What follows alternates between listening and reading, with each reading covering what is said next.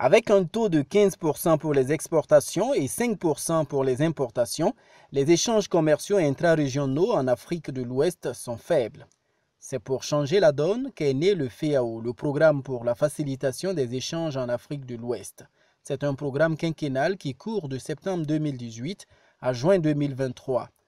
Le lancement au plan national du FEAO au Burkina Faso ce 13 octobre 2020 est une occasion pour faire le bilan de la mise en œuvre du programme, mais aussi pour dégager les perspectives pour l'atteinte de ces objectifs.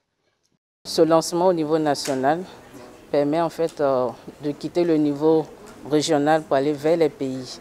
Parce que les bénéficiaires du programme, comme l'UEMOA l'a dit, c'est pour les pays, les populations de l'Union, de l'UEMOA, les populations de la CEDEAO.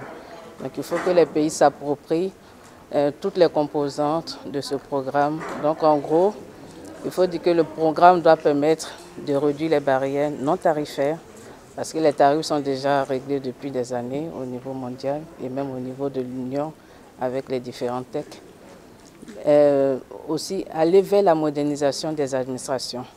Président de la cérémonie du lancement national du FEAO, Aruna Kabore, ministre du Commerce, de l'Industrie et de l'Artisanat du Burkina Faso, a salué l'initiative du programme et souhaité sa bonne mise en œuvre afin d'améliorer le volume du commerce intra-pays en Afrique de l'Ouest. Avec la zone de libre-échange continentale qui arrive, si déjà au niveau sous-régional on arrive à commercer, c'est plus facile d'aller encore plus loin.